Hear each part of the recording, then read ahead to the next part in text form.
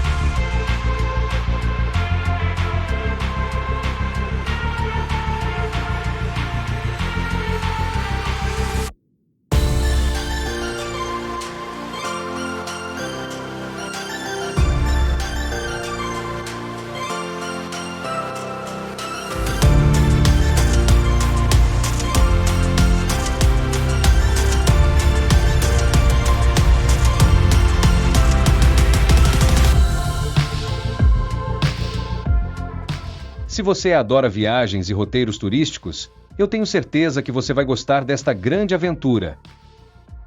Eu já tinha viajado algumas vezes para a Europa a trabalho, mas nunca tinha feito uma viagem para lá com a minha família. E a vontade de conhecer o velho continente aparecia cada vez mais forte em nossos sonhos. Porém, a Europa é grande e tem muita coisa legal para conhecer. Mas para onde ir? Viajar para conhecer algumas cidades modernas? Ou para cidades históricas e medievais?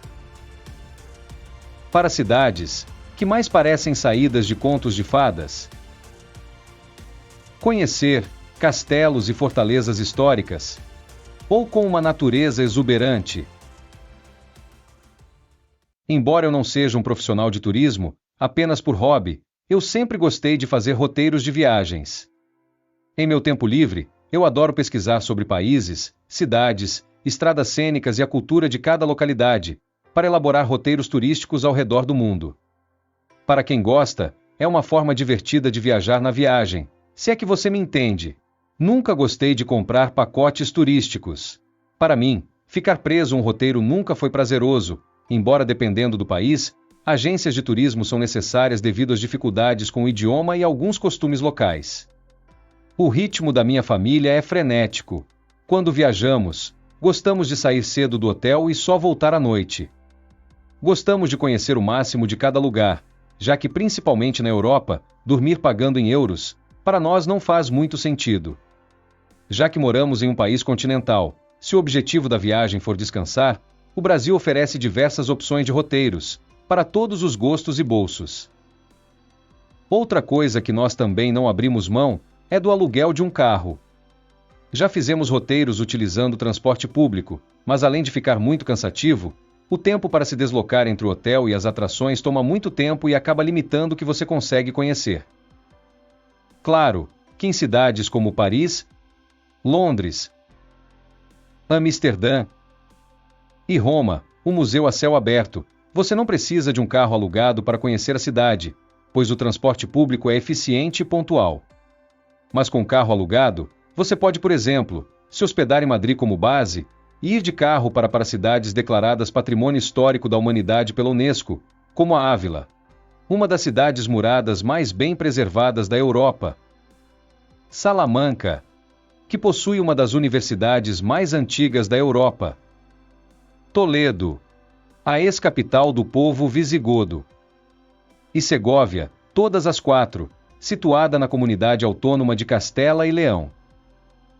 Um bate-volta de carro é bem mais rápido para chegar aos destinos, deixando mais tempo para curtir os pontos turísticos de cada cidade.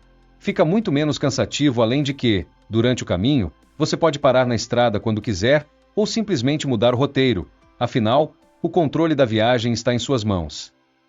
Antes da minha filha nascer, eu e minha esposa fizemos esse roteiro de trem, saindo da estação Atocha. Foram 4 dias, um dia para cada cidade. Se estivéssemos de carro, poderíamos tranquilamente fazer o roteiro em 3 dias e ainda sobraria um dia para podermos visitar outra cidade, como por exemplo Cuenca, também declarada Patrimônio da Humanidade. Outra vantagem do aluguel de carro é que você pode pagar mais barato para se hospedar fora do centro turístico, o que acaba trazendo uma boa economia. Finalmente, consegui iniciar o roteiro. Mas logo de cara já travou tudo, pois não sabíamos qual seria a primeira cidade a visitar. Uma opção era Viena, na Áustria, ou para a Alemanha de Berlim e Munique. Quem sabe para o Reino Unido e conhecer Londres e Edimburgo, na Escócia? Talvez a melhor opção seja a França e a sua rica história, ou retornar para a Espanha. Minha família também não ajudava, pois toda vez que eu perguntava para onde elas queriam ir, cada hora me falavam de um país diferente. Em resumo, eu não conseguia sair da primeira página do roteiro. Foi aí que eu percebi que tudo dependeria de qual aeroporto chegaríamos, e como nessa época do ano as passagens ficam absurdamente caras, tínhamos que procurar bastante. Eu e minha esposa somos professores e minha filha é universitária. Por isso, só podíamos viajar mesmo nesse período. E aí, sempre surgia a dúvida: vale a pena viajar para a Europa nas datas festivas do final de ano? O dia tem menos horas de sol. O frio pode ser uma barreira, pois como brasileiros, não estamos acostumados com o frio do hemisfério norte. Outra possível barreira poderia ser a falta de experiência em dirigir um carro em lugares com nevasca. Tá louco? Difícil fazer roteiro para a Europa, hein? Quer saber? Eu acho mais fácil ir para a Disney na Flórida. Um parque por dia e fica tudo bem. Nossa! Acabei de lembrar que na França também tem Disney. Acho melhor eu nem comentar isso com elas para não dar ideia. Minha filha já cresceu e eu espero que a fase de ficar horas em uma fila embaixo do sol da Flórida, só para tirar foto com uma princesa, já tenha passado. Bom, vamos voltar ao que interessa. Após muita pesquisa, finalmente demos o primeiro passo para realizar o nosso sonho. Conseguimos comprar as passagens aéreas. Um voo direto para Frankfurt, na Alemanha. Considerando a data da viagem, até que o preço foi justo. Bom, pelo menos eu vi uma luz no fim do túnel e pensei: agora o roteiro deslancha. Puro engano meu. Se você olhar no Google Maps, Frankfurt fica em uma posição geográfica que dá para conhecer toda a Alemanha e ainda incluir outros países que estão ao redor. Ao norte, dá para dirigir para Hamburgo até a Escandinávia. A leste, para Berlim, Polônia e Praga. A oeste, para Holanda, Bélgica e para Alsácia, região fronteiriça com a França. E ainda para o sul, utilizando a espetacular Rota Romântica, passando por lindas cidades medievais, castelos e ainda podendo visitar a Suíça e a Áustria. Tentei rascunhar diversos roteiros, mas toda vez que eu incluía uma cidade, aparecia mais dezena de outras atrações que dava vontade de incluir no roteiro, pois estavam próximas, e quando eu percebia, transformavam em uma peregrinação de mais de ano. A Europa é realmente um lugar incrível. Nas minhas pesquisas na internet, descobri que algumas cidades europeias são muito visitadas no período de Natal e isso abriu a minha mente para finalmente montar o roteiro dos nossos sonhos. Os mercados de Natal europeus. Você sabia que diversas cidades europeias levam muito a sério o período de Natal?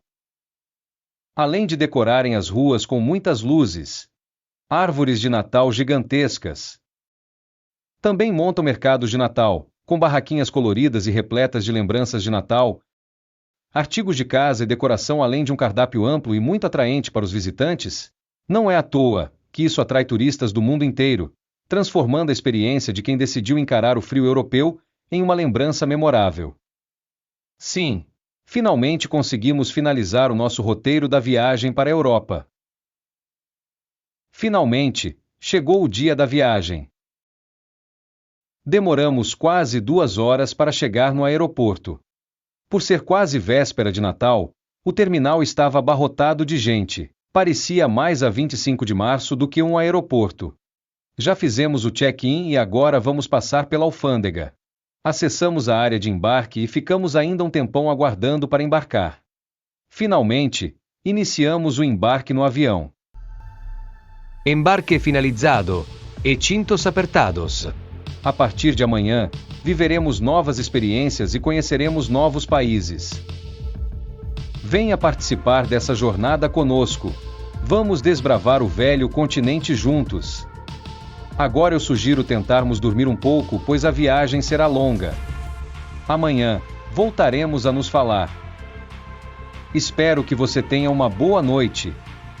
A propósito, aproveite este momento para deixar o seu like. Dessa forma, você nos estimula a continuar contando a nossa aventura.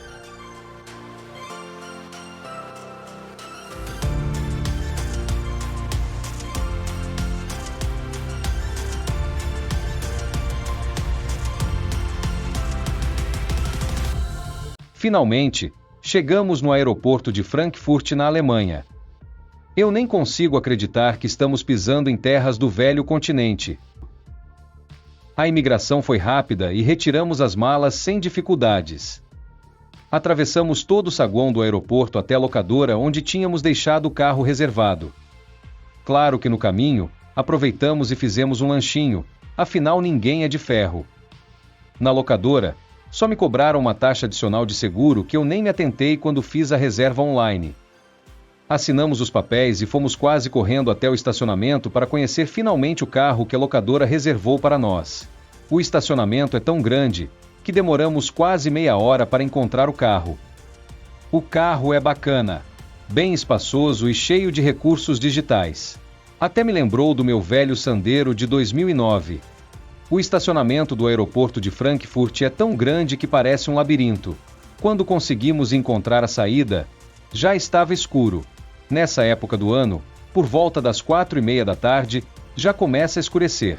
Isso é bacana, pois como as cidades são cuidadosamente iluminadas, vamos ter bastante tempo para passear à noite na Europa. Saindo do aeroporto, o GPS já me conduziu para o meu primeiro sonho: dirigir em uma highway alemã. Meu coração acelerou assim que eu entrei nela. Já ia pisar fundo no acelerador, quando começou a chover. E choveu forte o caminho todo. Eu mal conseguia enxergar mais de 10 metros. E com o vento, parecia que o carro ia decolar. Não consegui passar dos 60 km por hora. Mas quem se importa?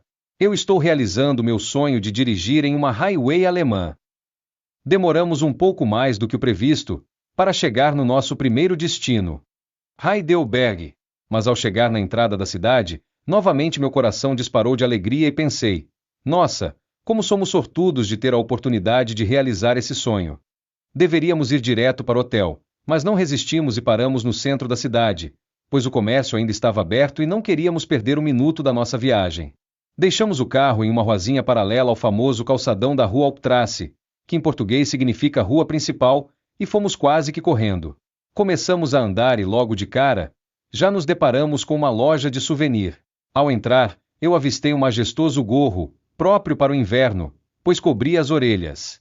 Custava apenas 7 euros e não resisti. Comprei, e já saí usando meu novo gorro. A rua principal é realmente muito bonita.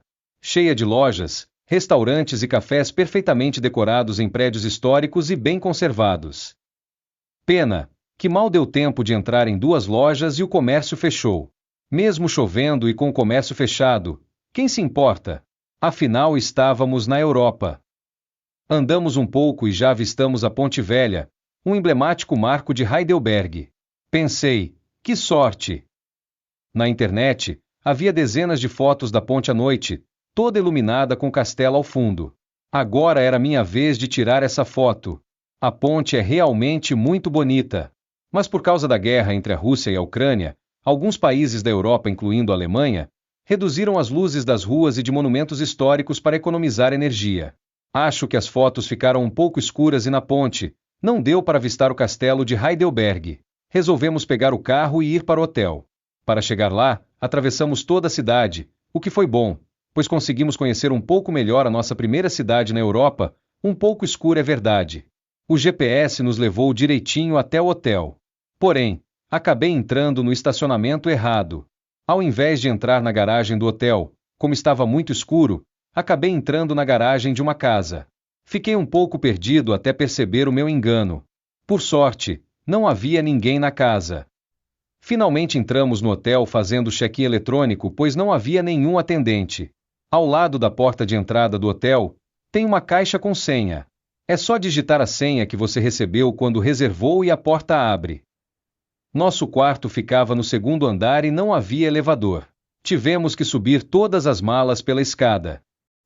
Depois de levarmos toda a bagagem para o quarto, bateu a fome. Precisávamos comer alguma coisa antes de dormir. Como no hotel não havia restaurante, café e nem uma conveniência, decidimos pegar o carro novamente e procurar um lugar para comer. Achamos uma loja de conveniência e fizemos finalmente o nosso primeiro jantar na Europa. Comemos um lanche. Poderia ter um pouquinho mais de recheio na verdade, mas quem se importa? Estamos na Europa. Voltamos para o hotel. Amanhã será o primeiro dia e tenho certeza que será mágico com muita coisa legal para fazer. Melhor ir dormir, para amanhã começarmos a realizar o roteiro dos nossos sonhos. Não sei se vou conseguir dormir. Tô muito agitado.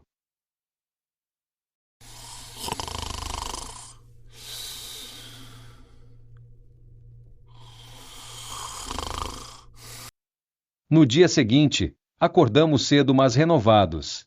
Finalmente iríamos conhecer os principais pontos turísticos de Heidelberg, um passeio através dos séculos. Decidimos começar pelo castelo. Enquanto estamos nos deslocando para lá, vou contar uma breve história da cidade. Com aproximadamente 160 mil habitantes, Heidelberg é a quinta maior cidade de Baden-Württemberg. O que a distingue de outras cidades da região são seus marcos icônicos. Esta cidade, cuja primeira menção encontrada em 1196, em um documento do Palatino Irish para a Abadia de Sconal, atrai visitantes de todo o mundo. Por volta de 40 d.C., a presença romana em Heidelberg foi um capítulo significativo na história da cidade. Os romanos construíram estruturas e fortificações, deixando um legado duradouro na região. Vestígios de sua civilização, como moedas e artefatos, foram descobertos, atestando a influência e a ocupação romana. Este período é crucial para entender o desenvolvimento subsequente de Heidelberg, pois lançou as bases para a evolução arquitetônica e cultural da cidade. A Idade Média trouxe consigo a construção do Castelo de Heidelberg e a fundação da Universidade de Heidelberg em 1386, solidificando a importância da cidade como um centro de poder e conhecimento. O século XVIII viu Heidelberg emergir como um epicentro do romantismo alemão. A cidade, com suas ruínas evocativas e cenários naturais, inspirou uma geração de artistas, poetas e escritores. A herança cultural de Heidelberg é celebrada até hoje, com a cidade servindo como um caldeirão criativo e diversificado. Na era moderna, Heidelberg mantém sua relevância global. A cidade, que sobreviveu em grande parte aos horrores da Segunda Guerra Mundial, continua a ser um hub de inovação, educação e pesquisa, atraindo visitantes de todo o mundo para explorar e aprender sobre seu passado multifacetado e sua vibrante vida cultural. Neste momento, estamos iniciando a subida para o castelo.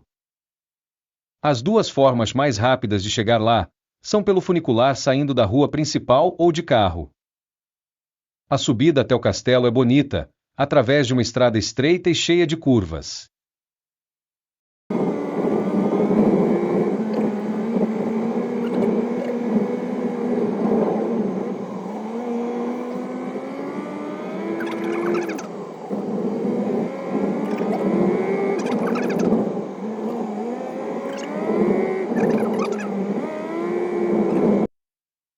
Nossa, já chegamos! Foi mais rápido do que eu pensei. O jardim de frente ao castelo é muito bonito. Os pinheiros estão quase sem folhas, trazendo um cenário típico do início de inverno. A vista da lateral do castelo é espetacular.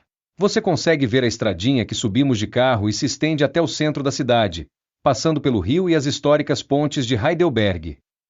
O castelo é um símbolo do romantismo alemão com suas famosas ruínas, que contam a história de guerras e um casamento que marcou a história da Europa. Do terraço é possível ter uma vista da cidade de Heidelberg até o horizonte, do rio Neckar e da ponte Karl Theodor, um dos símbolos da cidade. Este castelo icônico é um dos mais famosos da Alemanha. Suas primeiras construções datam por volta do ano de 1300. Foi a primeira residência do Conde Palatino, que reinava na região, no século XIII. Continuou sendo a residência dos nobres da região ao longo dos séculos, sendo ampliado e reformado diversas vezes, tornando-se um castelo medieval fortificado. Atualmente, o Castelo de Heidelberg é um dos monumentos culturais mais importantes da Alemanha. O castelo está em ruínas e isso começou desde a Guerra dos 30 Anos no século XVII, entre os anos de 1618 e 1648. Tropas francesas bombardearam sucessivamente o castelo, na tentativa de dominá-lo. No século XVIII, os nobres de Heidelberg perderam o interesse pelo castelo, pois estava gravemente danificado, e mudaram sua residência para Mannheim, uma cidade próxima. No início do século XIX, voltou o interesse pelo castelo de Heidelberg, mas dessa vez os interessados eram viajantes, músicos, poetas e pintores, que imortalizaram o ar romântico das ruínas em poemas, canções e imagens. Saímos muito satisfeitos por conhecer uma parte da história alemã e fomos conhecer a segunda atração turística mais visitada de Heidelberg.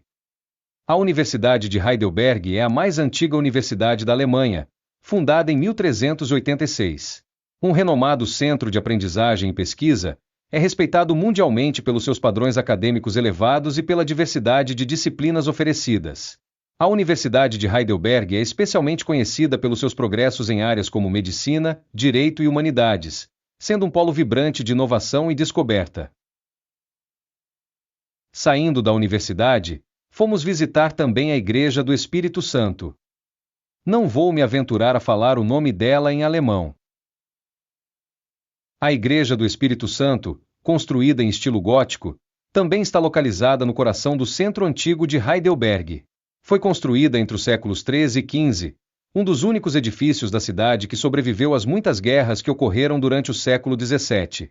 Sua construção iniciou-se no século XIII, através de uma pequena basílica românica chamada de Zweilige Geest, destruída provavelmente, devido a um incêndio no início do século XIV. Uma nova igreja em estilo gótico foi construída em seu lugar, onde foi celebrada a missa de fundação da Universidade de Heidelberg em 18 de outubro de 1386. O coro da igreja foi demolido 12 anos depois e substituído por um maior, marcando 1398 como o ano de fundação da igreja. Sob o governo de Ruprecht III, um dos príncipes mais marcantes da Casa de Nassau. Denomina-se Casa de Nassau, o nome atribuído a uma das dinastias aristocráticas europeias. O nome se originou com o senhorio associado ao Castelo de Nassau, localizado atualmente na Renânia-Palatinado, na Alemanha.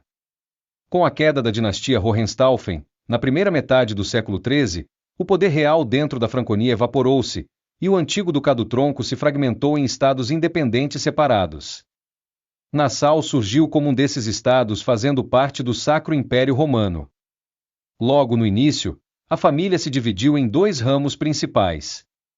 O ramo mais velho, Valramiano, que deu origem ao rei alemão Adolfo, e o ramo mais jovem, Otoniano, que deu origem aos príncipes de Orange e aos monarcas dos Países Baixos. Daí está a origem do conde Maurício de Nassau, nascido na Alemanha, e convidado a assumir o governo da colônia holandesa no Brasil, por sua experiência militar e linhagem nobre.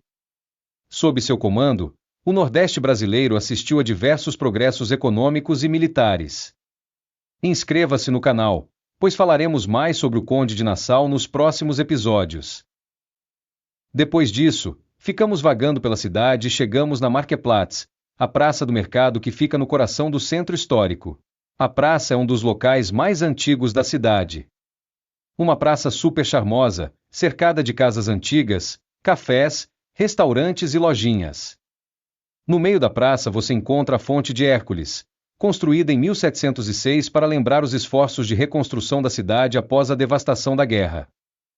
Como falamos anteriormente, escurece cedo nesta época do ano. Além disso, começou a chover. Resolvemos ficar no carro aguardando a chuva passar e aproveitando para descansar as pernas. Como a chuva não passava, nos sentimos satisfeitos com tudo que já havíamos feito e resolvemos retornar para o hotel. Agora é colocar o pijama, escovar os dentes e dormir. Enquanto fazemos isso, se você gostou do primeiro dia da nossa aventura pela Europa, deixe o seu like, assim você me estimula a continuar contando a nossa aventura nos próximos episódios. Já ia me trocar quando bateu a fome e lembrei que no hotel não tem restaurante, cafeteria e nem loja de conveniência. Aliás, nesse hotel não tem nada. Tive que ir novamente até a loja de conveniência para comprar um lanche. Entrei no carro sozinho, pois minha família não quis ir comigo até lá. A chuva não para. Mas isso não importa. Afinal, estamos na Europa.